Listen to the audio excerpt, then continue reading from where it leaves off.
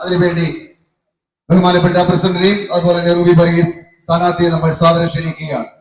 നമുക്ക് കൈയടിച്ച് ഇദ്ദേഹത്തിന്റെ വിജയം നമുക്ക് പ്രത്യാശിക്കാം. കടന്നു വരുന്ന 30-ാം തീയതി ഇലക്ഷൻ ബൂത്തിലേക്ക് കടന്നു ചെല്ലുമ്പോൾ എല്ലാവരുടെയും മനസ്സിൽ അദ്ദേഹത്തിന്റെ ചിഹ്നം ഉണ്ടാകട്ടെ. 31-ാം തീയതി വിജയ പതാക തെളിയിച്ചുകൊണ്ട് നമുക്ക് എല്ലാവർക്കും അദ്ദേഹത്തിന്റെ കഴുത്തിൽ ഷാളണിയിക്കുവാൻ അവസരമുണ്ടാകുവാൻ തക്കവണ്ണം അദ്ദേഹം വിജയിച്ച് കടന്നു വരട്ടെ നമ്മൾ ആശംസിക്കാം. അഡ്വക്കേറ്റ് വിനോദ് മാത്യു വിൽസനെ മുഖ്യ പ്രഭാഷണം നടത്തി ഈ യോഗം ഔപചാരികമായി ഉദ്ഘാടനം ചെയ്യുവാനായി സാദരം ക്ഷണിക്കുന്നു.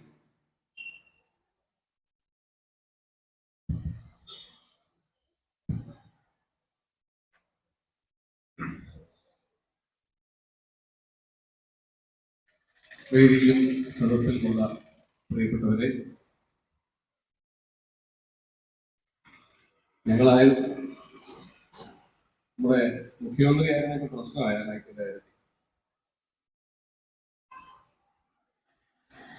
പ്രിയപ്പെട്ട കുല്ലു സാറ്, സെലിൻ മാഡം, ശ്രീ ബേസിൽ, പാർട്ടിയുടെ സംസ്ഥാന president Shri Moses sir, Reni madam ഒന്നല്ലേ, ബാക്കി ഓരോരുത്തരും പേര് പറയാൻ സമയം പോകും. ഏറ്റവും പ്രിയങ്കരനായ ശ്രീ റൂബി, ശ്രീ ജോൺസൺ, തൊടുപുഴ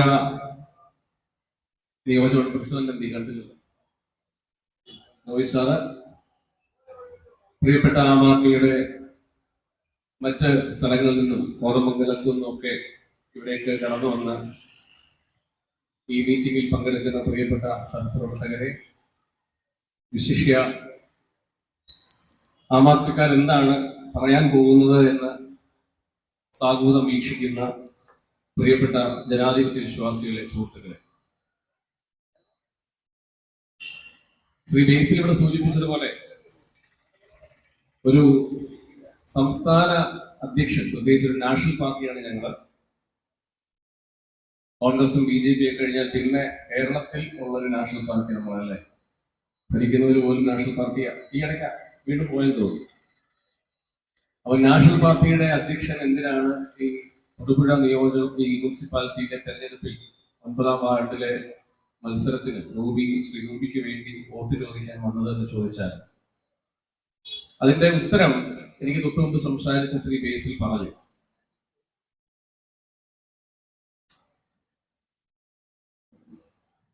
കരിങ്കുന്നം പഞ്ചായത്ത് തെരഞ്ഞെടുപ്പിലെ 7-ാം വാർഡിൽ ശ്രീമതി ബീന കുര്യൻ മത്സരിക്കുന്ന സമയത്ത് കരിങ്കുന്നം ജംഗ്ഷനിൽ വന്ന് ഇതുപോലെ പ്രസംഗിക്കാനുള്ള ഒരു സാഹചര്യവും അതിനുള്ളൊരു ഭാഗ്യവും എനിക്ക് ലഭിച്ചു. അന്ന് അവിടെ വെച്ച് ഞാൻ പറഞ്ഞത്, ഇതിനു മുമ്പ് മറ്റൊരാൾ തൃശ്ശൂർ പറഞ്ഞ അതേ വാചകമാണ്. പക്ഷെ നമ്മൾ പറഞ്ഞത് കൊണ്ട് കേരളത്തിലെ മാധ്യമങ്ങൾ അത് ആഘോഷിച്ചില്ല. പക്ഷെ നമ്മൾ പറഞ്ഞത് ഞങ്ങൾക്ക് ഈ വാർഡ് എന്ന് പറഞ്ഞു, അതായത് കരിങ്കുന്നത്തിൽ 7-ാം വാർഡ് ഞങ്ങൾക്ക് തരൂ എന്ന് പറഞ്ഞു. ഞങ്ങൾക്ക് ആ വാർഡ് ലഭിച്ചു. ആ വാർഡ് ലഭിച്ച സമയത്ത് ശ്രീമതി ബീനാപുരിയിൽ ജയിച്ച് കിട്ടിയ ദിവസം ഇന്ത്യയിലെ ആം ആദ്മി പാർട്ടിയുടെ നാഷണൽ കൺവീനർ പ്രസിഡന്റായിട്ടുള്ള പ്രിയങ്കരനായ അരവിന്ദ് കെജ്രിവാൾ അദ്ദേഹത്തിന്റെ സോഷ്യൽ മീഡിയയിൽ അത് ട്വീറ്റ് ചെയ്യുന്നു. കേരളത്തിൽ ഒരു വാർഡിൽ, കരിങ്കുന്നം പോലൊരു പഞ്ചായത്തിൽ 7-ാം വാർഡിൽ ഒരു സാധാരണ തെരഞ്ഞെടുപ്പിൽ ഒരു പഞ്ചായത്ത് മെമ്പർ ജയിച്ചതുമായി ബന്ധപ്പെട്ട് അദ്ദേഹം ട്വീറ്റ് ചെയ്തു. അതായത് ആ നാട്ടിലെ ജനങ്ങൾക്ക്, ജനാധിപത്യത്തിൽ വിശ്വസിക്കുന്നവരാണ് നമ്മളൊക്കെ ഒന്നെങ്കിൽ കുടുംബപരമായി കോൺഗ്രസ് പാർട്ടിയിലോ കമ്മ്യൂണിസ്റ്റ് മാർക്സിസ്റ്റ് പാർട്ടിയിലോ അല്ലെങ്കിൽ മറ്റ് ഇതര രാഷ്ട്രീയ പ്രസ്ഥാനങ്ങളിലോ വിശ്വസിച്ചു വന്നവരാണ്. കാലഘട്ടത്തിനനുസരിച്ച് പുതിയൊരു രാഷ്ട്രീയ സംവിധാനം വന്നപ്പോൾ അത് വിശ്വസിക്കുകയും വോട്ട് ലഭിക്കുകയും ചെയ്ത അടിസ്ഥാനത്തിലാണ് ശ്രീമതി ബീനാപുരിയൻ അവിടെ ജയിച്ചത്. ഇന്ന് അല്പം മുമ്പ് ഞാൻ അവിടെ ഒരു മീറ്റിംഗിൽ, പ്രതിഷേധ യോഗത്തിൽ ബന്ധപ്പെട്ട് സംസാരിച്ചിട്ടാണ് ഇവിടേക്ക് വരുന്നത്. അതിന്റെ കാരണം എന്ന് പറയുന്നത്, ഒരുപക്ഷെ എന്റെ പാർട്ടി സഹപ്രവർത്തകർക്ക് അറിയാമെങ്കിലും ഈ നാട്ടിലെ ജനാധിപത്യ വിശ്വാസികൾക്ക് അത്ര തിട്ടം കാണില്ല. അതായത് കരിങ്കുന്നം പഞ്ചായത്തിൽ കേന്ദ്ര ഗവൺമെന്റ് അനുവദിച്ച, കേന്ദ്ര ഗവൺമെന്റിന്റെ ഫണ്ടുകളുണ്ടല്ലോ സ്വാഭാവികമായി, അതുകൊണ്ട് ഇല്ല കേന്ദ്ര ഗവൺമെന്റിന്റെ ഫണ്ട് ലഭിക്കുന്നില്ല എന്ന് നമ്മൾ പറയാൻ ആഗ്രഹിക്കുന്നത്. കേന്ദ്ര ഗവൺമെന്റിന്റെ ഫണ്ട് മൂലം അനുഭവിച്ച ഒരു ഹോസ്പിറ്റൽ സബ്സ്റ്റേഷൻ 55 ലക്ഷം രൂപ പദ്ധതിയുള്ള ഒരു സബ്സ്റ്റേഷൻ ശ്രീമതി ബീന കുര്യന്റെ വാർഡിൽ അതിന് സൗജന്യമായി ഭൂമി അല്ലെ കൊടുക്കാം, ഒരു സ്വകാര്യ വ്യക്തി കൊടുക്കാം എന്ന് സമ്മതിച്ച് കോൺഗ്രസിന്റെ പഞ്ചായത്ത് പ്രസിഡന്റിനോട് അത് എന്റെ വാർഡിൽ ആ പദ്ധതി ഉണ്ടാവണമെന്ന് ആഗ്രഹിച്ചു പറഞ്ഞിട്ട് അത് 7ാം വാർഡിൽ വന്നില്ല. 7ാം വാർഡിൽ വേണ്ട, കാരണം അത് ബീന കുര്യന്റെ വാർഡിൽ വേണ്ട, അതുകൊണ്ട് ആ നാട്ടിലെ ഒരു സംവിധാനം വേണ്ട എന്ന് പറഞ്ഞ് മുടക്കുന്ന കോൺഗ്രസിന്റെ പഞ്ചായത്ത് പ്രസിഡന്റ് തോമസ് ചേട്ടൻ, അങ്ങനെയല്ലേ അദ്ദേഹത്തിന്റെ പേര്, അദ്ദേഹവും ഈ പ്രസംഗം കേൾക്കാറുണ്ടായിരുന്നു.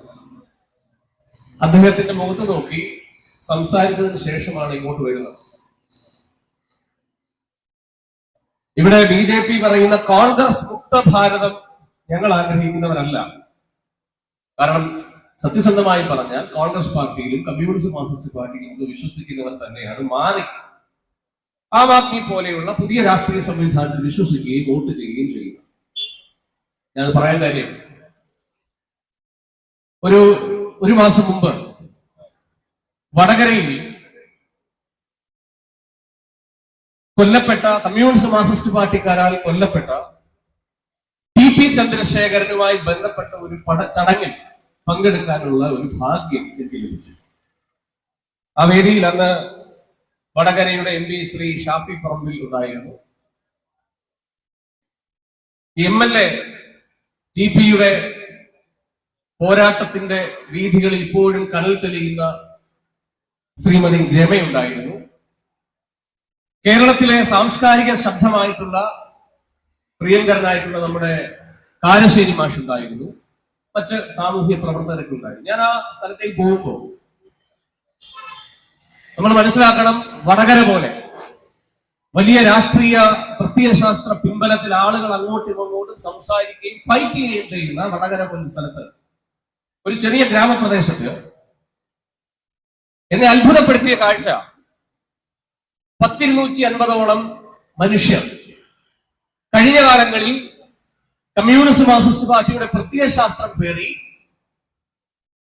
പാർട്ടി ഗ്രാമങ്ങളിൽ പാർട്ടിക്ക് വേണ്ടി കൊടി പിടിച്ച് കുടുംബത്തിലെ അപ്പനോ അമ്മയോ സാധാരണ സുഹൃത്തുക്കളോ ഒക്കെ ഒന്നെങ്കിൽ ഈ പാർട്ടിയുമായി ഏതെങ്കിലും ഒക്കെ തരത്തിൽ ബന്ധപ്പെട്ട് ജീവിച്ച 1250 ചെറുപ്പക്കാരും അല്ലെങ്കിൽ പ്രായമുള്ള മനുഷ്യർ ആ പാർട്ടി വിട്ട്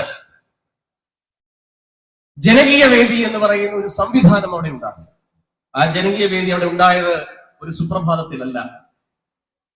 ആ ജനകീയ വേദി അവിടെ ഉണ്ടായത് 2012 മെയ് 4-ാം തീയതി കേരളം ശ്രവിച്ച കണ്ട, ഒരുപക്ഷെ ഇപ്പോഴും അതിനെപ്പറ്റി സംസാരിക്കുമ്പോ തൊണ്ടയിടറുന്ന ആ മഹാദുരന്തത്തിന്റെ പ്രതിഫലനമായിട്ടാണ് ആ ജനകീയ വേദി അവിടെ ഉണ്ടായത്. ഒരുപക്ഷെ നിങ്ങൾക്കറിയാം, 2012 മെയ് 4-ാം തീയതി ഉച്ച സമയത്താണ് ആ വാർത്ത. അന്ന് ഇന്നത്തെ പോലെ സോഷ്യൽ മീഡിയ ഒന്നും ഇത്ര ആക്റ്റീവ് അല്ല. കേരളത്തിൽ ഇത്രമാത്രം സ്വകാര്യ TV ചാനലുകളുമില്ല.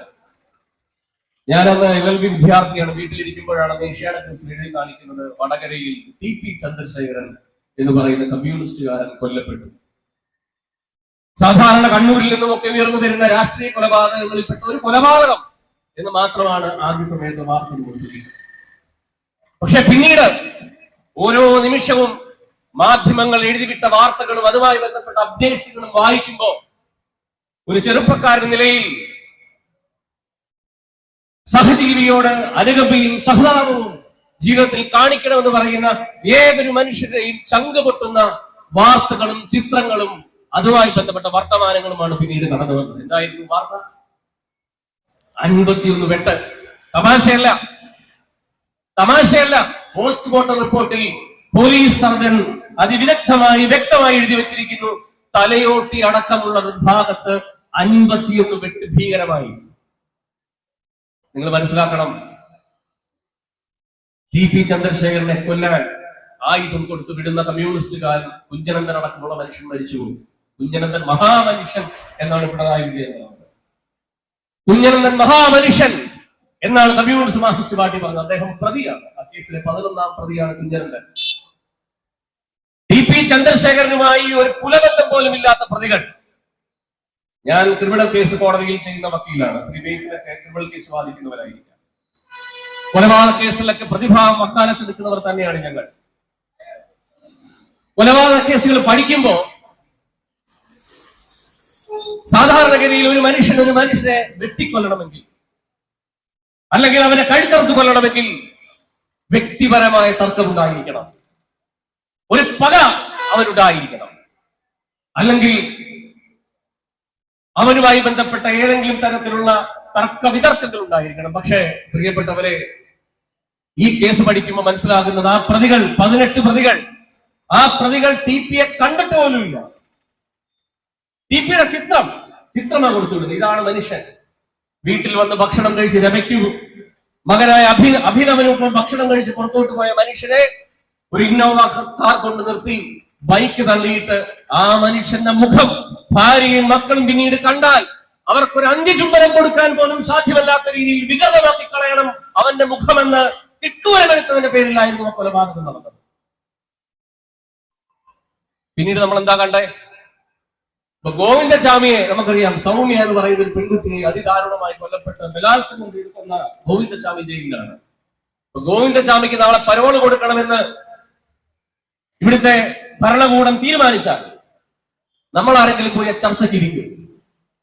വൈകിട്ടത്തെ സോക്കോൾഡ് പ്രൈം ചർച്ചയ്ക്ക് ഞാനോ CPM കാരനോ കോൺഗ്രസ്സുകാരനോ പോയിരിക്കോ? ഇരിക്കില്ല. പക്ഷേ നിങ്ങൾ നോക്കണം, കമ്മ്യൂണിസ്റ്റ് മാർക്സിസ്റ്റ് പാർട്ടിയുടെ നേതാക്കന്മാർ മത്സരിച്ച് ഉദ്ദിഷ്ടകാര്യത്തിന് ഉപകാര സ്മരണ എന്ന് പറയുന്നത് പോലെ, അതായത് നേതാക്കന്മാർ, പിണറായി അടക്കമുള്ള നേതാക്കന്മാരുടെ അറിവോട് നടന്നൊരു കൊലപാതകത്തിൽ വാക്കെന്താണ്, വാഗ്ദാനം എന്താണ്? കൊന്നിട്ട് വാ, സംരക്ഷിക്കാം, നീ കൊന്നിട്ട് വാ, സംരക്ഷിക്കാം. അതുകൊണ്ടാണ് ഈ പറയുന്ന കിർമാണി മനോജിനെയും സുനിയെയും ഒക്കെ ജയിലിൽ എല്ലാ സൗകര്യങ്ങളും എല്ലാ സംവിധാനങ്ങളും ഒരുക്കി കൊടുക്കുക. നമ്മൾ കണ്ടതല്ലേ, പരോളിൽ, കൊലപാതക കേസിലെ പരോളിലെ പ്രതികൾ ഇറങ്ങി വീണ്ടും കുറ്റം ചെയ്യുന്നു. പരോളിറങ്ങി കിർമാണി മനോജിന്റെ 2ാം പ്രതി പരോളിറങ്ങി. ഈ കേസിൽ പരോളിറങ്ങിയതിനു ശേഷം കണ്ണൂരിലെ ഒഴുകപ്പാടം വെള്ളച്ചാട്ടത്തിൽ പോയി ചാടിക്കുളിക്കുന്ന രംഗം സോഷ്യൽ മീഡിയയിൽ അദ്ദേഹം പോസ്റ്റ് ചെയ്തു. കൊലപാതക കേസിലെ പ്രതിയാണ്. പരോളിറങ്ങി മറ്റൊരു കൊലപാതകത്തിൽ പ്രതിയാവുന്നു. അയാൾക്ക് വീണ്ടും പരോൾ. എന്നിട്ട് അവസാനം വാർത്താ മാധ്യമങ്ങൾ ഇത് പൊക്കിയപ്പോ പറയുകയാണ്, ഞങ്ങൾ അറിഞ്ഞില്ല, ഇതെല്ലാ കുറ്റവും പഴിയും കൊണ്ടുവന്ന് ജയിൽ സൂപ്രണ്ടിന്റെ മുമ്പിൽ വെച്ചു, അദ്ദേഹത്തെ തലയ്ക്ക് വെച്ചു. പക്ഷെ നമുക്കറിയാം, ഉദ്ദിഷ്ട കാര്യത്തിന് ഉപകാര സ്മരണയാണ്. എന്തായിരുന്നു ടി.പി ചെയ്ത കുറ്റം? ടി.പി ചെയ്ത കുറ്റം പിണറായി വിജയൻ നേതൃത്വമുള്ള ഈ സംവിധാനം ശരിയല്ല. അദ്ദേഹം കമ്മ്യൂണിസ്റ്റ് മാർക്സിസ്റ്റ് പാർട്ടിയെ കുറ്റം പറഞ്ഞില്ല, കാറൽ മാർക്സ് ശരിയല്ല എന്ന് പറഞ്ഞില്ല. അദ്ദേഹം പറഞ്ഞത് കമ്മ്യൂണിസ്റ്റ് മാർക്സിസ്റ്റ് പാർട്ടി ഇപ്പൊ ഭരിക്കുന്നത് ഗുണ്ടകളാണ്, കമ്മ്യൂണിസ്റ്റ് മാർക്സിസ്റ്റ് പാർട്ടി ഇപ്പൊ ഭരിക്കുന്നത് മുതലാളികളാണ്, സോഷ്യലിസവും സിദ്ധാന്തമൊക്കെ പറഞ്ഞ് ഇപ്പൊ മത്സരിക്കുന്നതും ജയിക്കുന്നതും ജനങ്ങളുടെ മുമ്പിൽ വോട്ട് ചോദിച്ചു വരുന്നതും ഗുണ്ടകളും സ്വജനപക്ഷപാതികളും അക്രമികളും കൊള്ളക്കാരുമാണ്. അതുകൊണ്ട് പ്രിയപ്പെട്ട കമ്മ്യൂണിസ്റ്റുകാരെ, പ്രിയപ്പെട്ട സോഷ്യലിസ്റ്റിൽ വിശ്വസിക്കുന്ന മനുഷ്യരെ, നിങ്ങൾ കടന്നുവാ, നിങ്ങൾക്ക് പ്രവർത്തിക്കാൻ യഥാർത്ഥ കമ്മ്യൂണിസ്റ്റ് മാർക്സിസ്റ്റ് പാർട്ടി എന്താണെന്ന് ഞാൻ കാണിച്ചു തരാമെന്ന് പറഞ്ഞ് റവല്യൂഷണറി കമ്മ്യൂണിസ്റ്റ് പാർട്ടി എന്ന് പറയുന്ന RMP എന്ന് പറയുന്ന ഒരു സംവിധാനം അദ്ദേഹം ഒരുക്കി, ഒരു ജനാധിപത്യ വേദി ഒരുക്കുകയാണ്. അതിനാണ് ആ മനുഷ്യനെ കൊല്ലുന്നത്. ആ മനുഷ്യന്റെ മരണമറിഞ്ഞ്, ആ കൊലപാതകം ശ്രമിച്ച്, ഞാൻ തുടക്കത്തിൽ പറഞ്ഞ ആ വടകരയിൽ എടച്ചേരി എന്ന് പറയുന്ന പഞ്ചായത്തിലെ 280 മനുഷ്യർ ഈ കൊലപാതക വാർത്തയെ അറിഞ്ഞ സെക്കൻഡിൽ കമ്മ്യൂണിസ്റ്റ് മാർക്സിസ്റ്റ് പാർട്ടി വിട്ട് അവർ പുറത്തേക്ക് ഇറങ്ങിയാണ്. അതിൽ ഏറ്റവും പ്രധാനിയായിരുന്നു ഞാൻ വടകരയിൽ പോയി അനുസ്മരണ സമ്മേളനത്തിൽ പ്രസംഗിച്ച ശ്രീ വിമൽ എന്ന് പറയുന്ന ചെറുപ്പക്കാരൻ. അയാളെ അറിയണം. വിമൽ എന്ന് പറയുന്ന ഒരു ചെറുപ്പക്കാരൻ, ടി.പിയോട് ആരാധനയുള്ള, കമ്മ്യൂണിസ്റ്റ് മാർക്സിസ്റ്റ് പാർട്ടിയോട് സ്നേഹമുള്ള ഈ ചെറുപ്പക്കാരൻ ടി.പിയെ കൊന്നത് കമ്മ്യൂണിസ്റ്റുകാരാന്ന് അറിഞ്ഞ സെക്കൻഡ് അദ്ദേഹവും 280ഓളം പാർട്ടി പ്രവർത്തകരും ഈ പാർട്ടി ഗ്രാമത്തിൽ നിന്ന് പാർട്ടി വിട്ട് ജനകീയ സംവാദന വേദി എന്ന് പറയുന്ന ഒരു സംവിധാനം ഒരുക്കി പാർട്ടിയുമായി ബന്ധം വിച്ഛേദിച്ചു. ആ സ്ഥലത്തേക്കാണ് എന്നെ പ്രസംഗിക്കാൻ വിളിച്ചത്. കമ്മ്യൂണിസ്റ്റ് മാർക്സിസ്റ്റ് പാർട്ടിയുടെ കോട്ടയാണ്, കമ്മ്യൂണിസ്റ്റ് മാർക്സിസ്റ്റ് പാർട്ടിയുടെ കോട്ടയാണ്. അവിടെ പോയാ പ്രസംഗിച്ചത്. അവര് മാർക്സിനെയും എംഗൽസിനെയും ഒന്നുകൊണ്ട് കുറ്റം പറയുന്നത്, അവര് പറയുന്നത് ഇവന്മാരുടെ പോക്ക് ശരിയല്ല. എന്നെ അത്ഭുതപ്പെടുത്തി എന്താണെന്ന് അറിയാമോ? നമ്മളൊക്കെ ഇങ്ങോട്ട് പറയുമ്പോ ജന്മം കൊണ്ട് കോൺഗ്രസ്സുകാരാ, കർമ്മം കൊണ്ട് കമ്മ്യൂണിസ്റ്റുകാരാ. ഞങ്ങളുടെ അപ്പനും അപ്പൂപ്പനും ഞങ്ങളുടെ മുത്തച്ഛനും അച്ചാച്ചനും ഒക്കെ കോൺഗ്രസുകാർക്കാ വോട്ട് ചെയ്തേ. വർഷങ്ങളായി ഞങ്ങൾ കമ്മ്യൂണിസ്റ്റുകാർക്കാ വോട്ട് ചെയ്തേ. അതുകൊണ്ട് ഞങ്ങൾക്ക് മാറ്റി വോട്ട് കുത്താൻ ബുദ്ധിമുട്ടാണ് എന്ന് പറയുന്ന ഈ നാട്ടിലെ ജനാധിപത്യ വിശ്വാസികൾ മനസ്സിലാക്കണം. കമ്മ്യൂണിസ്റ്റ് മാർക്സിസ്റ്റ് പാർട്ടിയുടെ കോട്ടയിൽ ഒരു പാവപ്പെട്ട മനുഷ്യരെ 51 വെട്ടിക്കൊന്ന ആ വാർത്തയറിഞ്ഞ സമയത്ത് ഈ പാർട്ടിക്ക് വേണ്ടി ചോരയും നീരും ഒഴുക്കിയ വർഷങ്ങളായി ഈ പാർട്ടിയുടെ കൊടി പിടിച്ച ജനലക്ഷങ്ങൾ ഇന്ന് പാർട്ടി വിട്ട് ജനകീയ വേദികളിലേക്ക് ചേക്കേറുന്നുണ്ടെങ്കിൽ മാറ്റം സാധ്യമാണ്. അതുകൊണ്ടാണ് ഞങ്ങൾ ഇവിടെ വന്ന് മത്സരിക്കുമ്പോൾ ഞാൻ അടക്കം വരുന്നത്. കാരണം മാറ്റമുണ്ടാകണം.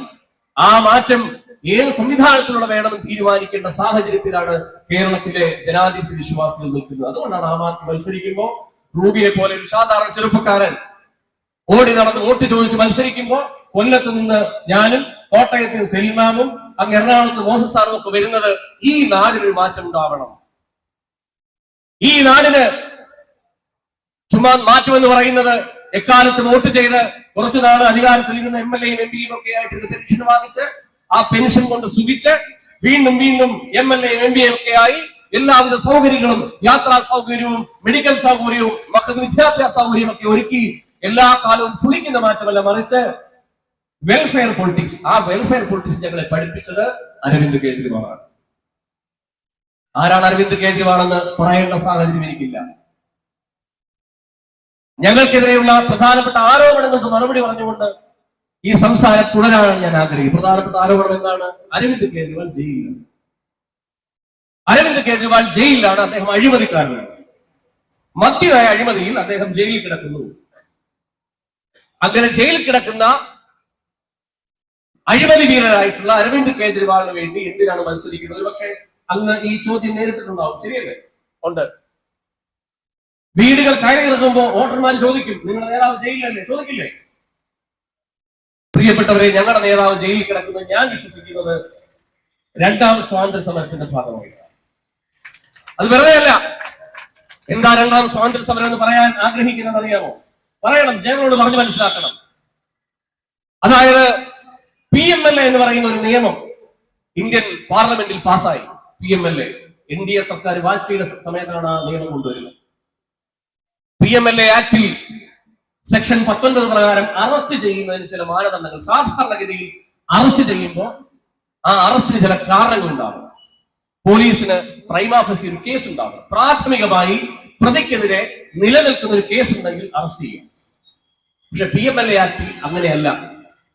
PMLA ആക്ട് പ്രകാരം ഭരണകൂടത്തിന് ഏതൊരു വ്യക്തിയെയും അഴിമതി ആരോപിച്ച് അറസ്റ്റ് ചെയ്യാം. എന്നിട്ട് പ്രതി തീരുമാനിക്കണം, പ്രതി തെളിയിക്കണം കോടതിയിൽ എന്താണ് ഞാൻ കുറ്റം ചെയ്തത്. സാധാരണഗതിയിൽ പ്രോസിക്യൂഷൻ ആണ് തീരുമാനിക്കേണ്ടത്. അതാണ് നമ്മുടെ നിയമവ്യവസ്ഥ.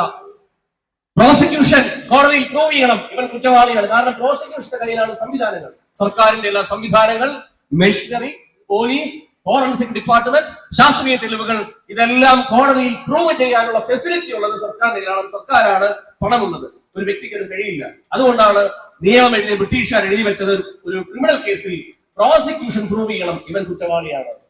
അത് മനോഹരമായ ഒരു നിയമ സംവിധാനമാണ്. ഒരു തർക്കവും ആ വിഷയത്തിലില്ല. ചില അപ്ഡേഷൻസ് നമുക്ക് ഉണ്ടാകുന്നില്ലെന്നേ ഉള്ളൂ. കാലാനുസൃതമായ മാറ്റം നിയമ സംവിധാനത്തിൽ ഉണ്ടാകുന്നില്ല എന്നൊഴിച്ചാൽ ഒരുപക്ഷെ ലോകത്തിലെ ഏറ്റവും നല്ല നിയമ സംവിധാനമുള്ള രാജ്യമാണ് ഇന്ത്യ. ഒരു തർക്കവും എനിക്ക് ആ വിഷയത്തിലില്ല. പക്ഷെ പ്രശ്നം എന്ന് പറയുന്നത് കാലാനുസൃതമായിട്ടുള്ള ചില മാറ്റങ്ങൾ, പരിഷ്കാരങ്ങൾ നിയമ പ്രക്രിയയിൽ, നിയമ സംവിധാനത്തിൽ ഉണ്ടാകുന്നില്ല എന്നുള്ളതാണ് നമ്മുടെ പ്രശ്നം.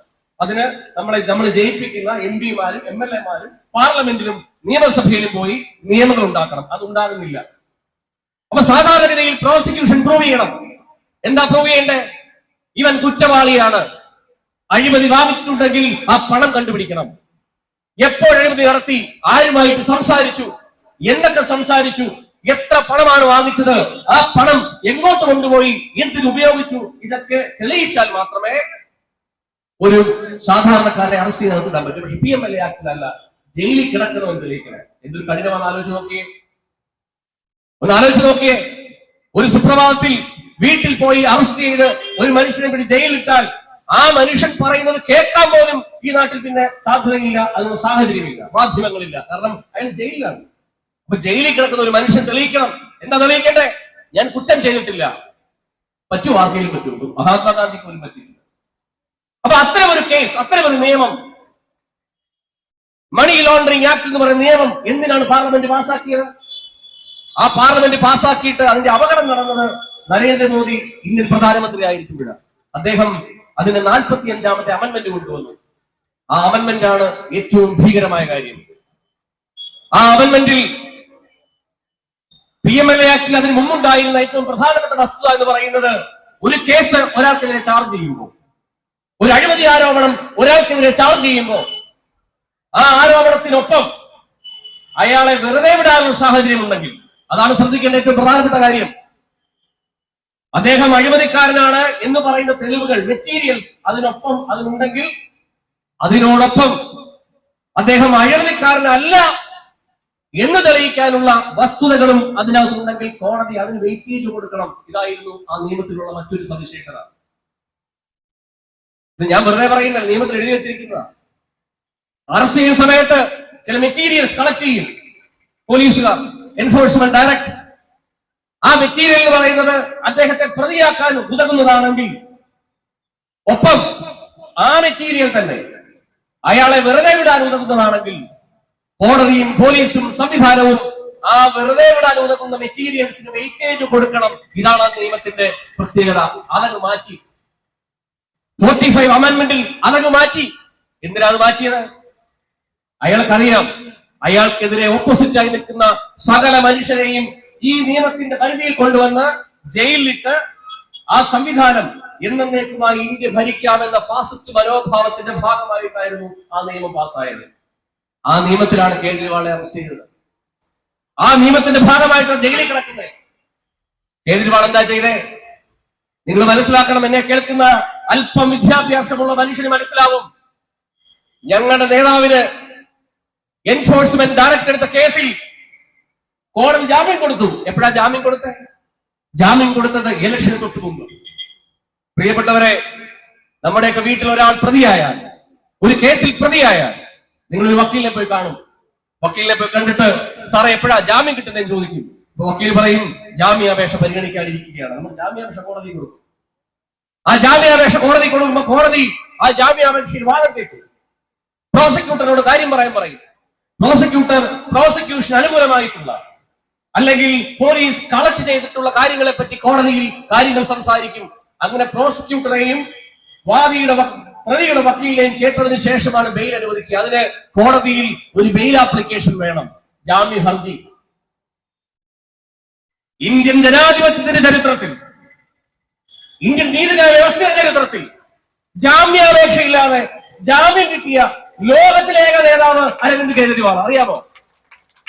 ജാമ്യാപേക്ഷ കോടതിയില്ലാതെ ജാമ്യം കിട്ടിയ നേതാവ്. ശരിയല്ലേ? അത് ശരിയല്ലേ? നീ ഇന്നൊരു ജാമ്യം, നമ്മുടെ കേസിൽ ജാമ്യത്തിന് അപേക്ഷയോട് നിൽക്കുകയാണ്. 10 ദിവസമായിട്ടൊരു പ്രതി അകത്താ. ഇന്ന് ജാമ്യാപേക്ഷ ഫയൽ ചെയ്തു. ആ ജാമ്യാപേക്ഷയിലാണ് വാദം കേൾക്കുക. ആ ജാമ്യാപേക്ഷയിൽ ഞാൻ എഴുതണം, പ്രതി എഴുതണം, ഞാൻ ഇന്ന കാരണങ്ങൾ കൊണ്ട് ഈ കുറ്റം ചെയ്തിട്ടില്ല, ഞാൻ ഇന്ന കാരണം കൊണ്ട് നിരപരാധിയാണ് എന്ന് കോടതിയിൽ ഒരു ജാമ്യാപേക്ഷ ഫയൽ ചെയ്യണം.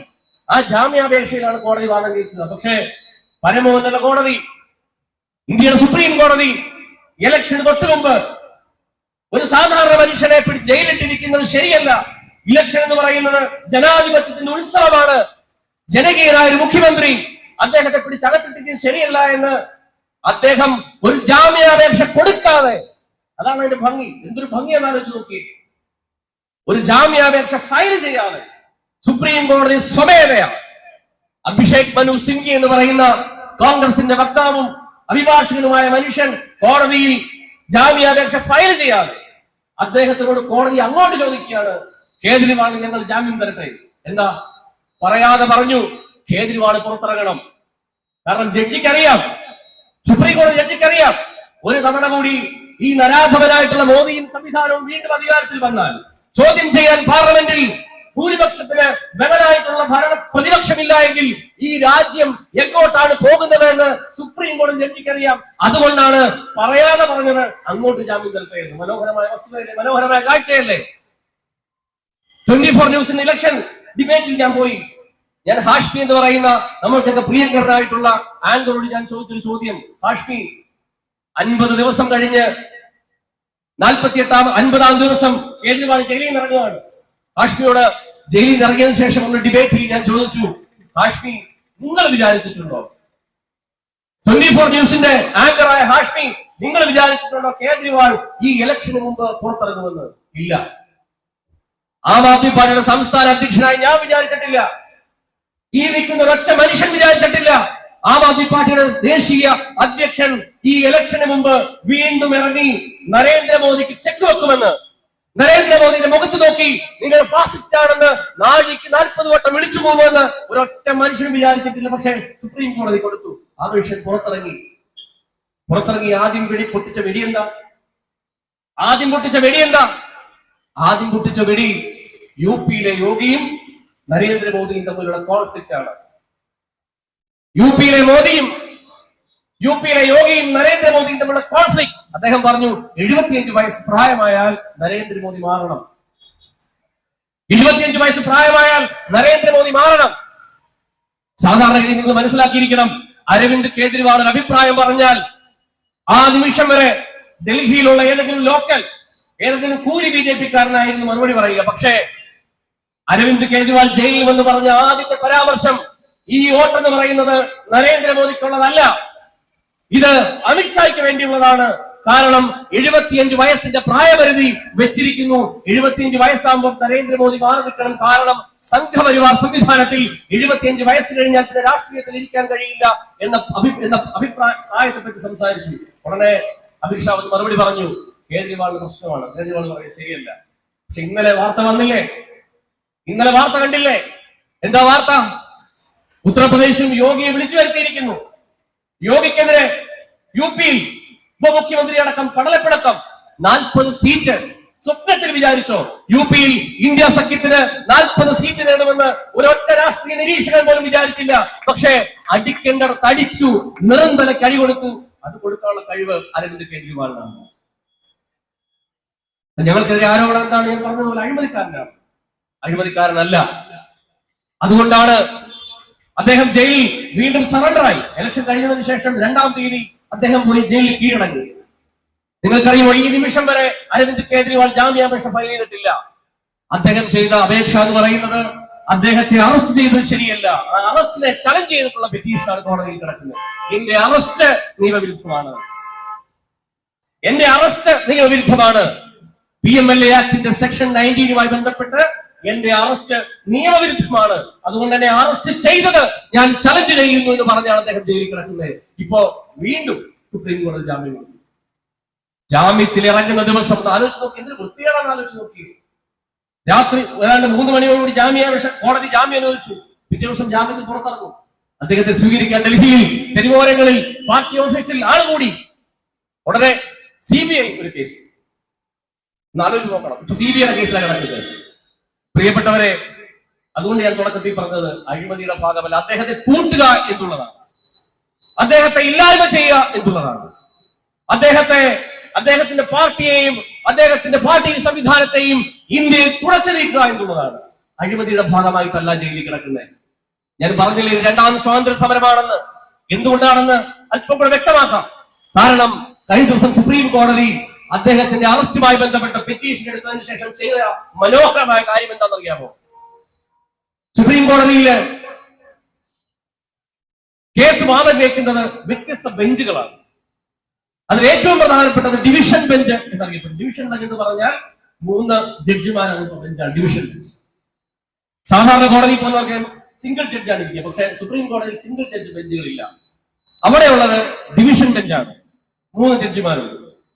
പിന്നെയുള്ളത് അഡ്വൈസറി ബെഞ്ച് ഉണ്ട്. ഈ അഡ്വൈസറി ബെഞ്ച് എന്ന് പറയുന്നത് എന്തിനു വേണ്ടി ഫോം ചെയ്യുന്നത് മനസ്സിലാക്കണം. അഡ്വൈസറി ബെഞ്ച് എന്ന് പറയുന്നത് ഇന്ത്യൻ പ്രസിഡന്റ് പറയുകയാണ്, ഒരു പ്രധാനപ്പെട്ട വിഷയം സുപ്രീം കോടതി പരിഗണിക്കണം. ഒരു പ്രധാനപ്പെട്ട വിഷയം സുപ്രീം കോടതി പരിഗണിച്ച് ഞങ്ങൾക്ക് അഭിപ്രായം വേണമെന്ന് പറഞ്ഞാൽ ആ ഉപദേശത്തിന്റെ അടിസ്ഥാനത്തിൽ ഒരു ബെഞ്ച് രൂപീകരിക്കും. അതാണ് അഡ്വൈസറി ബെഞ്ച്. മറ്റൊന്ന് ഏറ്റവും പ്രധാനപ്പെട്ട ബെഞ്ചാണ് കോൺസ്റ്റിറ്റ്യൂഷണൽ ബെഞ്ച്, ഭരണഘടനാ ബെഞ്ച്. അതെന്ന് പറയുന്നത് 5-ലധികം ജഡ്ജിമാർ നിരന്നിരിക്കും. ശബരിമല കേസിൽ നമ്മൾ കണ്ടതാ, ശരിയല്ലേ? 5-ലധികം ജഡ്ജിമാർ നിരന്നിരിക്കും. എന്തിനാ കോൺസ്റ്റിറ്റ്യൂഷണൽ ബെഞ്ച് ഉണ്ടാക്കുന്നതെന്ന് അറിയാമോ? കോൺസ്റ്റിറ്റ്യൂഷണൽ ബെഞ്ച് ഉണ്ടാക്കുന്നത് ഇന്ത്യയിൽ ഭരണഘടനാപരമായ ഒരു വലിയ പ്രതിസന്ധി ഉണ്ടായാണ്. അതായത് ഭരണഘടന രാഹുൽ ഗാന്ധി അടക്കം, അഖിലേഷ് യാദവ് അടക്കം, സുനിത കേജ്രിവാൾ അടക്കം കഴിഞ്ഞ ഇലക്ഷനിൽ ഉയർത്തിപ്പിടിച്ച ഭരണഘടന സംവിധാനത്തിൽ ഒരു പിശക് സംഭവിക്കുന്നു എന്നുണ്ടായാൽ, ഈ രാജ്യത്തെ മുഴുവൻ ജനങ്ങളെയും ഈ വിഷയം ബാധിക്കുന്നു എന്ന് കോടതിക്ക് തോന്നിയാൽ, അടിസ്ഥാനപരമായ ഭരണഘടനാ മൂല്യം ഇന്ത്യയിൽ തകരുന്നു എന്ന് ബോധ്യപ്പെട്ടാൽ, ഏതൊരു പൗരന്റെയും റൈറ്റ് ടു ലൈഫിനെ പറ്റി, റൈറ്റ് ടു ലിബർട്ടിയെ പറ്റി, റൈറ്റ് ടു പ്രൈവസിയെ പറ്റിയുള്ള ചോദ്യങ്ങൾ ഉയർന്നാൽ സുപ്രീം കോടതി അടിസ്ഥാനപരമായി അർജന്റായി ഒരു കോൺസ്റ്റിറ്റ്യൂഷണൽ ബെഞ്ച് രൂപീകരിക്കും. അതിൽ 5-ലധികം ജഡ്ജിമാരുണ്ടാവും. അതുകൊണ്ടാണ് ശബരിമല കേസ് ഭരണഘടനാ ബെഞ്ചിന് പോയത്. കാരണം അത് ഇന്ത്യയിലെ വിശ്വാസത്തിന്റെ ഭാഗമാണ്. ഹിന്ദു സമുദായത്തിന്റെ വിശ്വാസമാണ് ശബരിമലയിൽ പ്രായപരിധിയുള്ള സ്ത്രീകൾ കയറാൻ പാടില്ല. അപ്പൊ അത് ഒരു ഡിവിഷൻ ബെഞ്ച് ജഡ്ജിമാർ കാര്യം പറഞ്ഞത് ശരിയാവില്ല. കാരണം വ്യത്യസ്തമായ അഭിപ്രായമുള്ള, വ്യത്യസ്തമായ വീക്ഷണങ്ങളുള്ള, വിശകലനം ചെയ്യാൻ കഴിവുള്ള ജഡ്ജിമാർ ഒരുമിച്ചിരുന്ന് വിധി പ്രസ്താവിക്കുന്ന ആ ഭരണഘടനാ വിധി ഇന്ത്യയിൽ അന്തിമമാണ്. ഡിവിഷൻ ബെഞ്ചിന്റെ വിധി വന്നാൽ കോൺസ്റ്റിറ്റ്യൂഷൻ ബെഞ്ചിലേക്ക് റഫർ ചെയ്യും, അപ്പീലുണ്ട്. പക്ഷേ ഭരണഘടനാപരമായ ഒരു വിധി വന്നാൽ പിന്നെ അപ്പീലില്ല. അത് അന്തിമ വാക്കാണ്. അന്തിമ വാക്കാണ്, ഒരു മാറ്റവും പിന്നെ ഇല്ല. ആ ബെഞ്ച് ഫോം ചെയ്തിരിക്കുന്നു. എന്തിനു വേണ്ടിയാ? ഒന്ന് കൈയടിച്ച എന്തിനു വേണ്ടിയാ ആ ബെഞ്ച് ഫോം ചെയ്തത്? അരവിന്ദ് കേജ്രിവാളിന്റെ അറസ്റ്റുമായി ബന്ധപ്പെട്ട പെറ്റീഷൻ ഇടാൻ വേണ്ടിയാ. ഒന്ന് ആലോചിച്ച് നോക്കണം. ശബരിമല വിഷയത്തിന് ശേഷം ഇന്ത്യയിൽ അടിസ്ഥാനപരമായി ഈ 10-12 വർഷത്തിന് ശേഷം ഒരു കോൺസ്റ്റിറ്റ്യൂഷണൽ ബെഞ്ച് സുപ്രീം കോടതി ഉണ്ടാക്കിയിട്ടുണ്ടെങ്കിൽ, സുപ്രീം കോടതി പറഞ്ഞിരിക്കുന്നു ഈ കേസ് PMLA ആക്ടിന്റെ സെക്ഷൻ 19 എന്ന് പറയുന്നത് റൈറ്റ് ടു ലിബർട്ടിയുടെ പ്രശ്നമാണ്, റൈറ്റ് ടു പ്രൈവസിയുടെ പ്രശ്നമാണ്, റൈറ്റ് ടു ലൈഫിന്റെ പ്രശ്നമാണ്. അതുകൊണ്ട് ചന്ദ്രചൂഡ് എന്ന് പറയുന്ന മഹാനായ ഇന്ത്യയുടെ പരമോന്നത കോടതി അധ്യക്ഷൻ കോൺസ്റ്റിറ്റ്യൂഷണൽ ബെഞ്ച് ഉണ്ടാക്കിയിട്ട് അരവിന്ദ് കേജ്രിവാളിന്റെ കേസ് അങ്ങോട്ട് റഫർ ചെയ്തിട്ട് പറയുകയാണ് അഭിപ്രായം പറയണം. കാരണം ഇത് 2ാം സ്വാതന്ത്ര്യ സമരത്തിന്റെ ഭാഗമാണ്. ശരിയല്ലേ? അതുകൊണ്ടാണ് ഞാൻ പറഞ്ഞേ, അദ്ദേഹം ജയിലിൽ കിടന്ന് നടത്തിയ പോരാട്ടം കേജ്രിവാളിന്റെ പാർട്ടിക്കാർക്ക് വേണ്ടിയുള്ളതല്ല. അരവിന്ദ് കേജ്രിവാളിന്റെ ഈ പോരാട്ടം ആം ആദ്മിക്കാരന് വേണ്ടിയുള്ളതല്ല.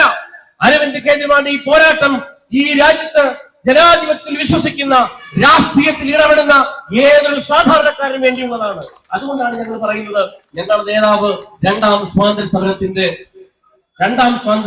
ഭാഗമായിട്ടാണ് ജയിലിൽ കിടക്കുന്നത്. അഴിമതിയല്ല, വെറുതെ അല്ല ഞാൻ ഈ പറയുന്നത്, വെറുതെ അല്ല. ഇനിയും അരവിന്ദ് കേജ്രിവാളിന്റെ പെറ്റീഷൻ കോൺസ്റ്റിറ്റ്യൂഷൻ ബെഞ്ചിൽ പോകും, ഭരണഘടനാ ബെഞ്ച് ഉണ്ടാവും.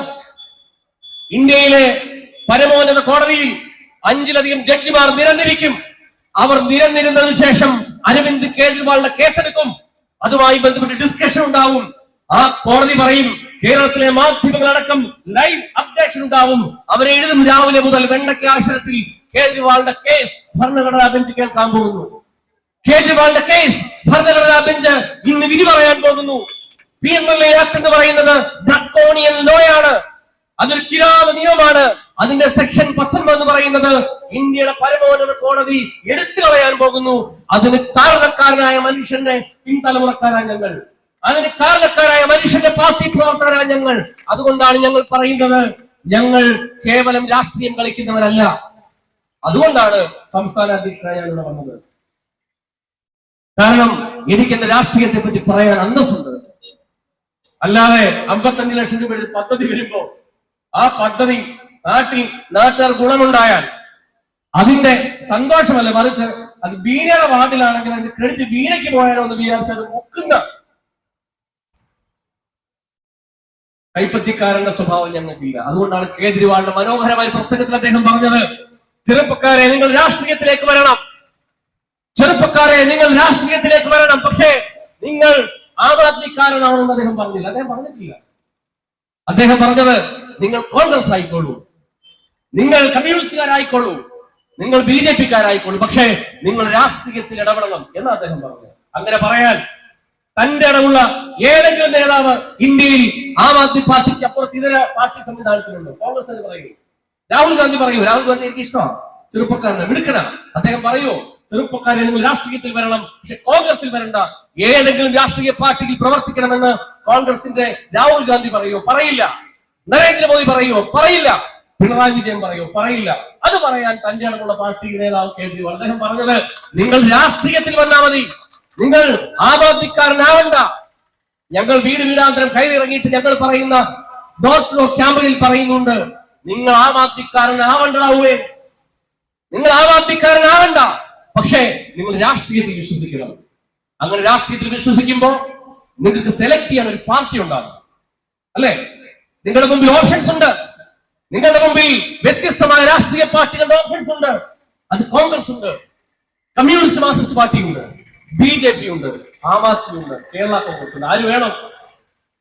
അതുകൊണ്ട് ചിന്തിക്കുന്നവൻ പോയി നല്ലത് എടുക്കും. അത് ഞങ്ങൾക്കറിയാം. അതുകൊണ്ടാണ് നിങ്ങൾ ആം ആദ്മിയിൽ ജോയിൻ ചെയ്യുന്നത് പറയുന്നത്. കാരണം വെട്ടിക്കൊല്ലുന്നവനെ, 51 വെട്ട് കൊല്ലുന്നവനെ, രാഷ്ട്രീയ എതിരാളികളെ പിടിച്ച് ജയിലിലിടുന്നവരെ, അല്ലെങ്കിൽ ഒരു വാർഡിൽ ഒരു ഹോസ്പിറ്റൽ സബ്സ്റ്റേഷൻ വന്നാൽ അത് മുക്കാൻ അതിന്റെ മുൻകൈ എടുക്കുന്നവരെ ജയിപ്പിക്കുന്നതിന് പകരം വെൽഫെയർ പൊളിറ്റിക്സ്. അത് പറഞ്ഞു പോകണ്ടേ? കഴിഞ്ഞ ദിവസം നമ്മൾ കണ്ടതല്ലേ, ഒരു പാവപ്പെട്ട ഒരു മനുഷ്യൻ, 46 വയസ്സുള്ള ജോയി തോട്ടിൽ ആമയിഴഞ്ചാൻ തോട്, തിരുവനന്തപുരത്ത് പോയിട്ടുള്ളവർക്ക് അറിയാം. അതായത് തിരുവനന്തപുരം നഗര മധ്യത്തിലൂടെ ഒഴുകുന്ന തോട്. പോയിട്ടില്ലേ? പോയിട്ടുണ്ടോ? കണ്ടിട്ടുണ്ടോ? അതായത് ഇന്ത്യൻ കോഫി ഹൗസിൽ നിന്ന് തുടങ്ങി റെയിൽവേ സ്റ്റേഷന്റെ അടിയിലൂടെ ഏതാണ്ട് 120 മീറ്റർ അണ്ടർഗ്രൗണ്ടിലൂടെ പോകുന്ന ഒരു തോട്.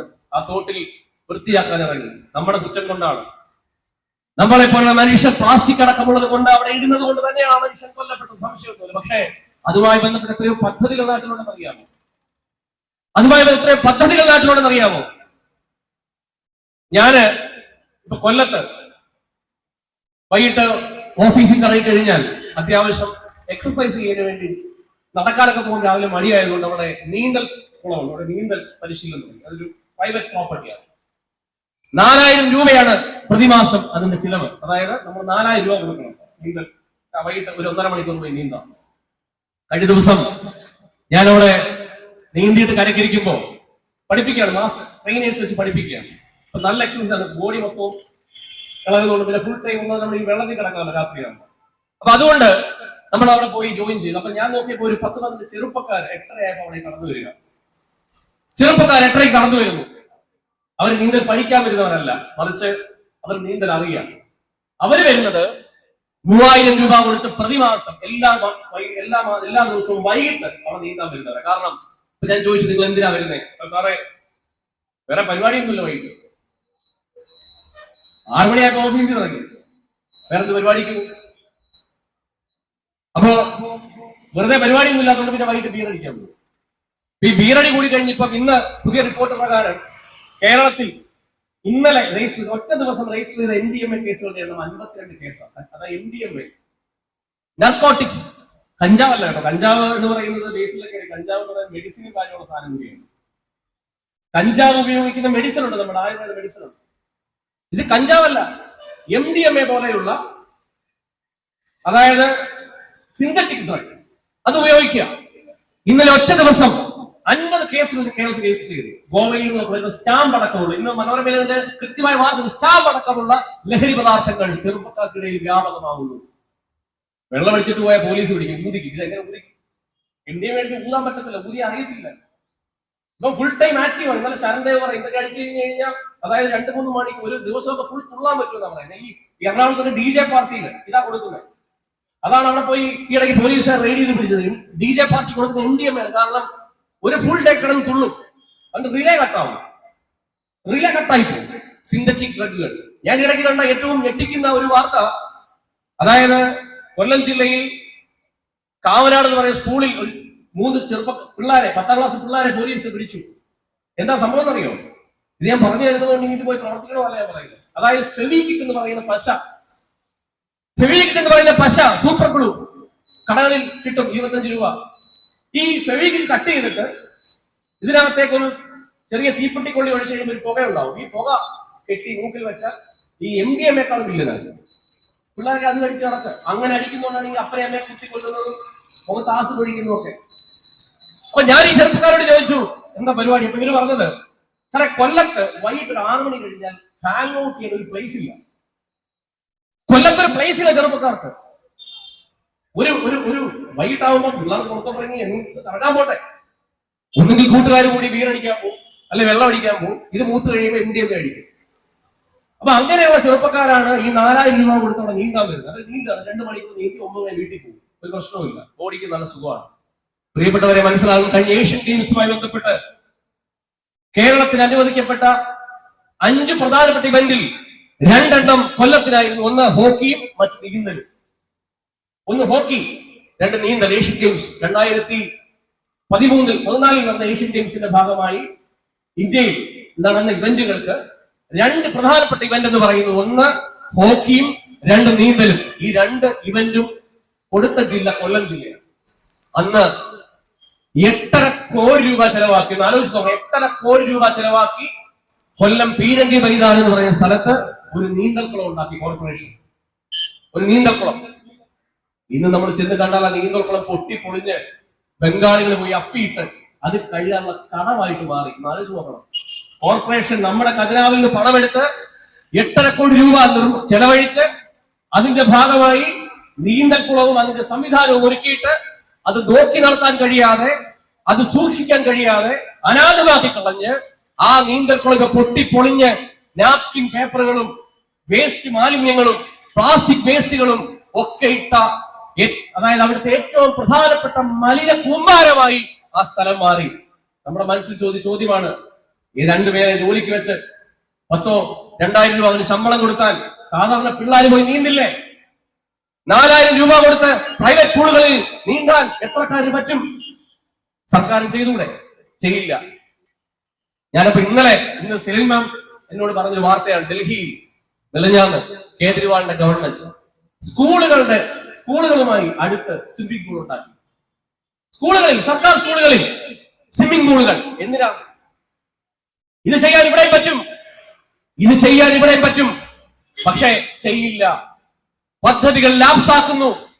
പദ്ധതികളുടെ പണം, വിഹിത പണം, കേന്ദ്ര സർക്കാരിന്റെ പണവുമായി ബന്ധപ്പെട്ട പദ്ധതികൾ രാഷ്ട്രീയ പ്രതിയോഗിയുടെ മുഖം നോക്കി, അത് ആം ആദ്മിക്കാരന്റെ വാർഡാണെങ്കിൽ അവിടെ വേണ്ട, അവിടെ കോൺഗ്രസുകാരന്റെ വാർഡാണെങ്കിൽ അവിടെ വേണ്ട, അവിടെ കമ്മ്യൂണിസ്റ്റുകാരുടെ വാർഡാണെങ്കിൽ വേണ്ട. ഞങ്ങൾ ഈ രാഷ്ട്രീയത്തെ പറ്റി അല്ല സംസാരിക്കുന്നത്. നിങ്ങൾ ആരുടെ വാർഡായിക്കോളൂ, നിങ്ങൾ നോക്കിക്കോളും. അടുത്ത 2025 തദ്ദേശ സ്വയംഭരണ തെരഞ്ഞെടുപ്പിൽ കരിങ്കുന്നം പഞ്ചായത്ത് നമ്മൾ പിടിക്കും. കരിങ്കുന്നം പഞ്ചായത്ത് ആം ആദ്മി പാർട്ടി പിടിക്കും. അന്നേരം പ്രതിപക്ഷത്ത് വാർഡ് മെമ്പേഴ്സ് കാണില്ലേ? കാണും. പ്രതിപക്ഷത്ത് അങ്ങനെ വാർഡ് മെമ്പർ കാണും. പക്ഷേ ഞങ്ങൾക്ക് ഉറപ്പ് നൽകാൻ കഴിയും, അങ്ങനെ ഞങ്ങളുടെ പ്രതിപക്ഷത്ത് വരുന്ന വാർഡ് മെമ്പർമാർക്ക് കോൺഗ്രസിനോ കമ്മ്യൂണിസ്റ്റുകാരനോ മുഖം നോക്കാതെ പദ്ധതിയുടെ പണം തരാൻ ഞങ്ങളുടെ അന്നത്തെ പഞ്ചായത്ത് പ്രസിഡന്റ് മുമ്പിൽ നിൽക്കും. ആ ഉറപ്പാണ് ആം ആദ്മി തരുന്ന ഉറപ്പ്. മനസ്സിലാക്കണം, ആ ഉറപ്പാണ് ഞങ്ങൾ തരാൻ പോകുന്നത്. ഞങ്ങൾക്ക് ഇവിടെ നന്നാകണമെന്ന് മാത്രമേ ഉള്ളൂ. അതുകൊണ്ട് പിന്നെ ഞങ്ങൾക്ക് ഒരു ആരോപണം, ഞങ്ങൾ BJP-യുടെ ബി ടീമാണെന്ന്. അതൊക്കെ ഇനി പറയേണ്ട കാര്യമില്ല, അതൊക്കെ തീർന്നു. കാരണം BJP-യുടെ ബി ടീമാണെന്ന് ഞങ്ങളെ പറ്റി പറഞ്ഞവർ കഴിഞ്ഞ ഇലക്ഷനുമായി ബന്ധപ്പെട്ട്, കേജ്രിവാളിന്റെ അറസ്റ്റുമായി ബന്ധപ്പെട്ട്, ഞാൻ കഴിഞ്ഞ പ്രസംഗത്തിൽ പറഞ്ഞു, ഞാൻ TV ചർച്ചയിൽ പോയി പങ്കെടുക്കുകയാണ്. അപ്പൊ എന്റെ ഓപ്പോസിറ്റ് ഇരിക്കുന്ന പാനലിസ്റ്റുകളിൽ പ്രധാനപ്പെട്ട വ്യക്തി VT ബൽറാമും മറ്റൊരു ചാനലിൽ റഹീം ഒക്കെയാണ്. റഹീം എന്ന് പറയുന്നത് രാജ്യസഭ MP DYFയുടെ നേതാവാണ്. ബൽറാം കോൺഗ്രസിന്റെ ആരാധ്യനായ KPCCയുടെ വൈസ് സെക്രട്ടറിയാണ്. എന്നെ അത്ഭുതം കൊള്ളിച്ചുള്ള കാര്യം, അതായത് ആം ആദ്മി പാർട്ടിയുടെ സംസ്ഥാന പ്രസിഡന്റ് നിലയിൽ എന്നോട് ചോദ്യം ചോദിക്കുന്നതിന് മുമ്പ് കോൺഗ്രസിന്റെ വക്താക്കളോട് ചോദ്യം ചോദിക്കും. സത്യത്തിൽ എന്റെ കിളിപോയി. കാര്യം, ഈ ഞാനാണോ ആം ആദ്മിയുടെ പ്രസിഡന്റ്, ഈ റഹീമാണോ പ്രസിഡന്റ്, ബൽറാമാണോ പ്രസിഡന്റ്? എനിക്ക് അത്ഭുതം. കാരണം കേജ്രിവാളിനെ പറ്റി തേനും പാലും ഒഴുകുന്ന വാക്കുകൾ ഇത്ര മനോഹരമായി കോൺഗ്രസുകാരും കമ്മ്യൂണിസ്റ്റുകാരും പറയുന്നത് കേട്ടപ്പോ ഞാൻ അഭിമാനം തോന്നി. കാരണം ഞങ്ങളെ പറ്റി, ഞങ്ങൾ ആം ആദ്മി എന്ന് പറയുന്നത് BJP-യുടെ ബി ടീമാണെന്നും കോൺഗ്രസുകാരന്റെ വോട്ട് കൊണ്ടുപോകുന്ന സംവിധാനമാണെന്നും പറഞ്ഞവരൊക്കെ ഞങ്ങളുടെ നേതാവിനെ പറ്റി, ഞങ്ങളുടെ നേതാവിന്റെ അറസ്റ്റിനെ പറ്റി, ഞങ്ങളുടെ നേതാവിന്റെ ജയിൽവാസത്തെ പറ്റിയൊക്കെ ഇത് സ്വാതന്ത്ര്യ സമരമാണെന്നും ജനാധിപത്യത്തിന്റെ ധ്വംസനമാണെന്നും നരേന്ദ്രമോദി എന്ന് പറയുന്ന ഫാസിസ്റ്റ് ശക്തി എന്ന് പറയുന്നത് ഈ രാജ്യത്തെ ഇല്ലായ്മ ചെയ്യാൻ വന്ന സംവിധാനമാണെന്നും അരവിന്ദ് കേജ്രിവാളിനെ മാത്രമല്ല ഇന്ത്യയിലെ മുഖ്യമന്ത്രിമാരെ വേട്ടയാടും സംവിധാനമായി ഇത്തരം നിയമ സംവിധാനങ്ങൾ മാറി എന്നൊക്കെ പറയുന്നത് കേൾക്കുമ്പോൾ ഇനി അതിന് വലിയ മുറയൊന്നുമില്ല. അതുകൊണ്ട് പ്രിയപ്പെട്ടവരെ, ഈ ഇലക്ഷനിൽ ഈ വാർഡ് ഞങ്ങൾക്ക് തരണം. കരിങ്കുന്നത്ത് അതിമനോഹരമായി ജോലി ചെയ്യുന്ന ഒരു പഞ്ചായത്ത് മെമ്പറുണ്ട്.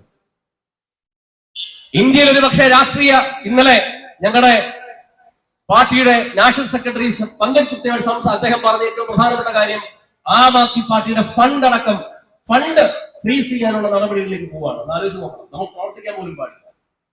പാർട്ടിയുടെ ഫണ്ട് ഫ്രീസ് ചെയ്യാൻ പോവുകയാണ്. ആ രീതിയിലേക്ക് ഈ പാർട്ടിയെ ഭയപ്പെടുകയാണ്. കാര്യം ഇവിടുത്തെ മാധ്യമ നേതാക്കന്മാരടക്കം പറഞ്ഞതുപോലെ ശ്രീ ഉണ്ണികൃഷ്ണൻ അല്ലെ, വേണുവിന്റെ ബ്രദർ ഉണ്ണിയൊക്കെ പറയുന്ന പോലെ ഇന്ത്യയിൽ വളരുന്ന പാർട്ടി ആം ആദ്മി പാർട്ടി. ഒരു സംവിധാനം ചെറുപ്പക്കാർക്ക് ഇഷ്ടമാണ്. കാര്യം എനിക്കറിയാം, ചെറുപ്പക്കാർ ഡൽഹിയിലൊക്കെയുണ്ട്, അവർക്ക് ഇഷ്ടമാണ് ഈ പാർട്ടി. പക്ഷേ പ്രിയപ്പെട്ടവരെ, നമ്മൾ തൊപ്പിയൊക്കെ വെച്ച് വോട്ട് ചോദിച്ച് അവരിലേക്ക് ചെല്ലുമ്പോൾ നമ്മുടെ രാഷ്ട്രീയത്തിന്റെ നന്മ പറഞ്ഞു കൊടുക്കാനായിട്ട് സാധിക്കണം. നമ്മുടെ രാഷ്ട്രീയത്തിന്റെ തീവ്രത പറഞ്ഞു കൊടുക്കാൻ സാധിക്കണം. നമ്മള് കോൺഗ്രസ് മുക്ത ഭാരതം എന്ന് പറയുന്നവരല്ല, നമ്മള് കമ്മ്യൂണിസ്റ്റ് മാർക്സിസ്റ്റ് പാർട്ടി കേരളത്തിൽ വേണ്ട എന്ന് പറയുന്നവരല്ല. യഥാർത്ഥ കമ്മ്യൂണിസ്റ്റ് ഞങ്ങളാണെന്ന് പറയുന്നവരല്ല. ഞങ്ങളാണ് യഥാർത്ഥ കമ്മ്യൂണിസ്റ്റ്. ആം ആദ്മിയാണ് യഥാർത്ഥ കമ്മ്യൂണിസ്റ്റ്. AKGയെ പോലെ ചിന്തിക്കുന്ന, ഇപ്പൊ ഞാൻ ഈ ഇടയ്ക്കറിഞ്ഞ വാർത്ത, അടുത്ത നിയമസഭാ സമ്മേളനത്തിൽ മന്ത്രിമാരുടെ MLA-മാരുടെയും ശമ്പളം 3 ഇരട്ടിയാക്കാൻ പോവുക. 3 ഇരട്ടി. ഇപ്പൊ കിട്ടുന്നത് 85,000 രൂപയാണ് MLA-യുടെ ശമ്പളം. അത് 3 ഇരട്ടിയാക്കാൻ പോവുക. എന്തിനാ? അവർക്ക് അലവൻസ്. നിങ്ങൾക്കറിയാമോ, ഒരു MLA കിട്ടുന്ന അലവൻസ് എന്ന് പറയുന്നത് അവന്റെ മക്കൾക്ക് വിദ്യാഭ്യാസ അലവൻസ്, കിലോമീറ്ററിന്, അതായത് 2 കിലോമീറ്റർ വെച്ച് യാത്രാ പടിയുണ്ട്. എവിടെയെങ്കിലും പോയാൽ താമസം, ഗസ്റ്റ് ഹൗസുകളടക്കം താമസം. ആരോഗ്യ മേഖലയിൽ ചികിത്സയുമായി ബന്ധപ്പെട്ട് സ്കോളർഷിപ്പുകളും ഇൻഷുറൻസുകളും, താമസിക്കാൻ ഗസ്റ്റ് ഹൗസുകളുണ്ട്. ഇനി ശമ്പളം കൂട്ടാൻ പോകും. ഒരു കാലത്ത് EMS എന്ന് പറയുന്ന മനുഷ്യൻ കേരളത്തിൽ മുഖ്യമന്ത്രി ആയിരുന്നപ്പോൾ അന്ന് ആലപ്പുഴയിൽ വലിയൊരു സമരം നടന്നു. ആ സമരം കയർ തൊഴിലാളി സമരമാണ്. ആലപ്പുഴയിൽ പുന്നപ്പുറയിൽ അന്ന് EMS എന്ന് പറയുന്ന കേരളത്തിന്റെ മഹാനായ മുഖ്യമന്ത്രി, കമ്മ്യൂണിസ്റ്റ് മുഖ്യമന്ത്രി, മന്ത്രി, കൂടെയുള്ള മന്ത്രിമാരെ വിളിച്ചിട്ട് പറഞ്ഞത് 700 രൂപയാണ് അന്നത്തെ മന്ത്രിമാരുടെ ശമ്പളം. 700 രൂപ. അദ്ദേഹം പറഞ്ഞത് നമ്മുടെ 700 രൂപ വെട്ടിച്ചുരുക്കി നമുക്കത് 500 ആക്കണം. അങ്ങനെ സംസാരിച്ച കേരളത്തിലെ സാധാരണക്കാരന് വേണ്ടി ഊണും ഉറക്കവും കളഞ്ഞ് അവരൊപ്പം ഇറങ്ങി പ്രവർത്തിച്ച് പാടത്തും പറമ്പിലും അവന് വേണ്ടി സമരം ചെയ്ത കമ്മ്യൂണിസ്റ്റുകാർ ഈ നാട്ടിലുണ്ട്. ആ കമ്മ്യൂണിസ്റ്റുകാരൊക്കെയാണ് TPയെ കൊന്നപ്പോ ഈ സംവിധാനം വിട്ടിറങ്ങി വന്നത്. പ്രിയപ്പെട്ട എന്നെ കേൾക്കുന്ന കമ്മ്യൂണിസ്റ്റ് മാർക്സിസ്റ്റ് പാർട്ടിയിൽ, പഴയ കമ്മ്യൂണിസ്റ്റ് പാർട്ടി വിശ്വസിക്കുന്ന സുഹൃത്തുക്കളെ, നിങ്ങൾക്ക് വേണ്ടി ഈ പാർട്ടിയുടെ വാതിലുകൾ തുറന്നു കിടക്കുകയാണ്. നിങ്ങൾക്ക് വേണ്ടി ഈ പാർട്ടിയുടെ ആശയങ്ങൾ തുറന്നു കിടക്കുകയാണ്. അതുകൊണ്ട് നിങ്ങൾ തൊപ്പിവെച്ച് റൂബിക്ക് വേണ്ടി വോട്ട് പിടിക്കാനൊന്നും വരണ്ട. പക്ഷേ റൂബി, നിങ്ങൾ നോക്കിക്കോളൂ, നിങ്ങൾ വോട്ട് ചെയ്യുന്ന ഈ കമ്മ്യൂണിസ്റ്റുകാരുണ്ടാവും, നിങ്ങൾ വോട്ട് ചെയ്യുന്ന കമ്മ്യൂണിസ്റ്റുകാരുണ്ടാവും. പിണറായി വിജയൻ അഹങ്കാരിയായ, പിണറായി വിജയൻ ധാർഷ്ട്യക്കാരനായ, ധിക്കാരിയായ മനുഷ്യൻ കമ്മ്യൂണിസത്തെ തകർത്തെറിഞ്ഞ മനുഷ്യൻ, കേരളത്തിൽ ഈ പാർട്ടിയെ കൊണ്ട് കുഴിച്ചു മൂടിയ മനുഷ്യനാണ്. ആ പാർട്ടിയെ സ്നേഹിക്കുന്നവർ റൂബിക്ക് വോട്ട് ചെയ്യും, ഒരു സംശയവും വേണ്ട. കോൺഗ്രസ് എന്ന് പറയുന്നത് അഴിമതിയുടെ കൂത്തരങ്ങായി മാറിയിരിക്കുന്നു. തമ്മിൽ തല്ലും, സ്വജനപക്ഷപാതവും കുടുംബാധിപത്യവും കോൺഗ്രസിനെ ഇല്ലായ്മപ്പെടുത്തിയിരിക്കുന്നു. ഇന്ത്യയിൽ ഒരുപക്ഷെ ഞങ്ങൾക്കറിയാം, ഇന്ത്യ സഖ്യം അധികാരത്തിൽ വരാനുള്ള കാരണം പോലും ഞങ്ങളുടെ നേതാവിന്റെ ഇച്ഛാശക്തിയും അദ്ദേഹത്തിന്റെ ആർജവുമാണ്. എന്നെ അത്ഭുതപ്പെടുത്തിയ, സന്തോഷിപ്പിച്ച ഒരു സംഭവം കൂടി, എന്റെ കണ്ണിൽ നിൽക്കുന്ന സംഭവം കൂടി പറഞ്ഞുകൊണ്ട് ഞാൻ വാക്കുകൾ അവസാനിപ്പിക്കാൻ ആഗ്രഹിക്കുന്നു. ഇന്ത്യ സഖ്യത്തിന്റെ ആദ്യ റാലി ഡൽഹി രാംലീല മൈതാനിയിൽ നടക്കുമ്പോൾ അത് കാണാനും കേൾക്കാനും നേരിട്ട് പങ്കെടുക്കാനും എനിക്ക് ഭാഗ്യമുണ്ടായി.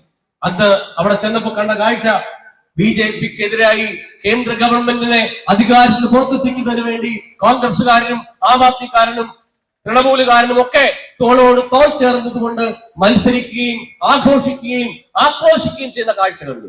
അന്ന് ആ വേദിയിൽ അരവിന്ദ് കേജ്രിവാളിന്റെ പ്രിയപത്നി സുനിത കേജ്രിവാൾ വന്നിട്ട് ജയിലിൽ കിടന്ന അരവിന്ദ് കേജ്രിവാളിന്റെ സന്ദേശം ആ മഹാലക്ഷങ്ങളോട് പ്രഖ്യാപിച്ചു. അതിനുശേഷം ബീഹാറിൽ നടന്ന 2ാമത്തെ റാലിയിൽ സോണിയാഗാന്ധിയുടെയും രാഹുൽ ഗാന്ധിയുടെയും ഇരിപ്പിടത്തിനിടയിൽ ഒരു കസേര ഒഴിച്ചിട്ടു. ആ വാർത്ത മാധ്യമങ്ങൾ റിപ്പോർട്ട് ചെയ്തല്ലേ. അവിടേക്ക് കസേരയിൽ ഇരിക്കാമെന്നവരെ ആരും അവിടെ ഇരുത്തിയില്ല. മാധ്യമക്കാർ ചോദിച്ചു, ആ കസേരയിൽ വെള്ളക്കുടി വിരിച്ച് എന്തിനാണ് ഇട്ടിരിക്കുന്നത്? അത് സോണിയാഗാന്ധിയും രാഹുൽ ഗാന്ധിയും മല്ലികാർജുന ഖാർഗെയും അഖിലേഷ് യാദവും ഒക്കെയുള്ള ആ വേദിയിൽ നടുക്ക് ഒരു കസേര ഒഴിച്ചിട്ടു. ആ കസേര എന്ന് പറയുന്നത് ജയിലിൽ കിടക്കുന്ന അരവിന്ദ് കേജ്രിവാളിന് വേണ്ടിയുള്ള കസേരയായിരുന്നു.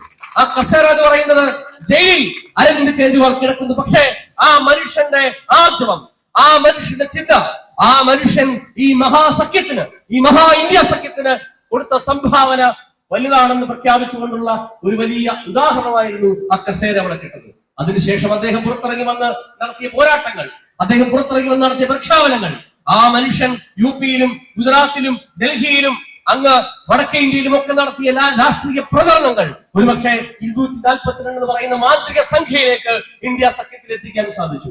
അദ്ദേഹം വീണ്ടും ജയിലിൽ പോയി. ഞങ്ങളുടെ നേതാവ് തിരിച്ചു വരും, ഉടനെ തിരിച്ചു വരും. തിരിച്ചു വന്നാൽ ബി.ജെ.പിക്കാരനും ഫാസിസ്റ്റ് മനോഭാവമുള്ളവനും ഉറക്കമില്ലാതെ രാത്രികൾ സമ്മാനിക്കാൻ ആർജവത്തോടെ ഞങ്ങളുടെ രാജകുമാരൻ കടന്നു വരും. മനീഷ് സിസോദിയ വരും. സഞ്ജയ് സിംഗ് വന്നില്ലേ? സഞ്ജയ് സിംഗിനെ പിടിച്ചകത്തിട്ട് മനുഷ്യൻ വന്നു. അതിഷിയും സന്ദീപ് പതക്കും ഒക്കെ പോരാടുന്ന ഈ പാർട്ടിക്ക് കേരളത്തിൽ വലിയ സ്വാധീനം ഉണ്ടാക്കാൻ കഴിയും. അതുകൊണ്ട് പ്രിയപ്പെട്ട യഥാർത്ഥ കമ്മ്യൂണിസ്റ്റുകാരെ, യഥാർത്ഥ സോഷ്യലിസത്തിൽ വിശ്വസിക്കുന്ന പ്രിയപ്പെട്ടവരെ, യഥാർത്ഥ കോൺഗ്രസുകാരെ, ബി.ജെ.പി രാഷ്ട്രീയ പ്രസ്ഥാനത്തിൽ അറിയാതെ പോയി വോട്ട് ചെയ്ത ചാണകത്തിൽ വിശ്വസിക്കുന്നവരെ, നിങ്ങൾ കടന്നു വരൂ. ഈ രാഷ്ട്രീയ പാർട്ടി നിങ്ങൾക്ക് വേണ്ടി വാതിൽ തുറന്നിട്ടിരിക്കുന്നു. നിങ്ങളുടെ മക്കൾ, ഞാൻ മനസ്സിലാക്കുന്നത് ഇന്ത്യയിൽ 50,000 ചെറുപ്പക്കാരാണ് ഒരു വർഷം ഇന്ത്യ വിട്ട് വിദേശ രാജ്യങ്ങളിലേക്ക് പോകുന്നത്. കാരണം ഇവിടെ തൊഴിലില്ല. 50,000 ചെറുപ്പക്കാർ ഈ നാട് വിട്ടു പോവുകയാണ്. ഈ നാട്ടിൽ തൊഴിലവസരമുണ്ട്, ഈ നാട്ടിൽ സാധ്യതകളുണ്ട്, ഈ നാട്ടിൽ ടൂറിസം ഉണ്ട്, ഈ നാട്ടിൽ കൃഷിയുണ്ട്, ഈ നാട്ടിൽ ഫിനാൻസിംഗ് സംവിധാനവും കൊമേഴ്സും ഉണ്ട്. ഇവിടെ ജോലി ചെയ്യാൻ ചെറുപ്പക്കാർക്ക് അവസരം ഉണ്ടാകണം. ഇവിടെ പിൻവാതിൽ നിയമനങ്ങൾ ഇല്ലാണ്ടാവണം. ഈ നാട്ടിൽ സഹകരണ സംവിധാനങ്ങളിൽ, ബാങ്കുകളിൽ, സർക്കാർ സംവിധാനങ്ങളിൽ രാഷ്ട്രീയ പാർട്ടിയുടെ പിൻബലം പറ്റാത്തവർ ജോലിക്ക് കയറാൻ കഴിയുന്ന സംവിധാനം ഉണ്ടാവണം. നമ്മുടെ മക്കളും കൊച്ചുമക്കളും ഒക്കെ ഈ ദൈവത്തിന്റെ നാട്ടിൽ ജീവിക്കാൻ കഴിയുന്ന സാഹചര്യം ഉണ്ടാവണം. അതിന് ഒരു രാഷ്ട്രീയ മാറ്റം ആവശ്യമാണ്. ആ മാറ്റത്തിന്റെ തുടക്കം ഒരുപക്ഷെ വീണയിൽ തുടങ്ങി റൂബിയിലൂടെ വന്ന് ആ കാറ്റ് കേരളത്തിൽ കോട്ടയത്തും എറണാകുളത്തും ഇടുക്കിയിലും തൃശ്ശൂരിലും അങ്ങനെ കേരളത്തിന്റെ തെരുവോരങ്ങളിൽ കത്തിപ്പടരും. ആ കത്തിപ്പടരുന്ന അഗ്നിയിൽ കേരളത്തിൽ ദഹിച്ചു പോകുന്ന രാഷ്ട്രീയ ഭിക്ഷാന്തേഹികൾ മാത്രമേ ഉള്ളൂ. അതിന് തുടക്കം ഒരുപക്ഷെ ഇടുക്കിയിൽ അങ്ങ് കരികുത്ത് തുടങ്ങിയിട്ടുണ്ട്. അത് തൊടുപുഴയിൽ വീണ്ടും തുടങ്ങും. റൂബി ജയിക്കും. ജയിച്ചതിന് ശേഷം നമ്മൾ ഇവിടെ വീണ്ടും വരും. നിങ്ങളോട് നന്ദി പറഞ്ഞുകൊണ്ട് സംസാരിക്കും. ജയ് ഹിന്ദ്, ജയ് ആം ആദ്മി.